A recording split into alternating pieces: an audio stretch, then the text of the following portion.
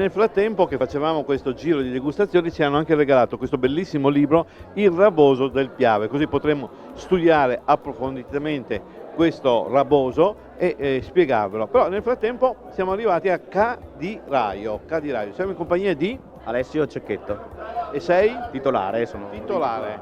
Sì. Quanti ettari? Allora, sparsi tra Veneto e Friuli siamo a circa 120 ettari. Quindi un'azienda importante, un'azienda grande che crede nel raboso. Certamente, crediamo nell'identità del nostro territorio. Il Raboso non è altro che il vino simbolo per me del territorio del Piave.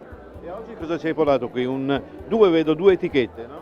Oggi abbiamo i nostri due Rabosi che produciamo in bottiglia, solo questi, che sono il Doc Piave, che chiamiamo Sangue del Diavolo, e la nostra riserva, cioè il 10G Malanotte Raboso, che chiamiamo Notti di Luna Piena. Un'azienda così importante, così grande, deve avere anche una filosofia particolare, no? Ma certamente, innanzitutto ciò che identifica sempre un'azienda è che rispecchi il territorio e sappia parlare del proprio territorio alle persone. Noi lo facciamo tramite la Bellussera, che è il vitigno, il sistema di allevamento famoso nel nostro territorio e che è la storia del nostro territorio.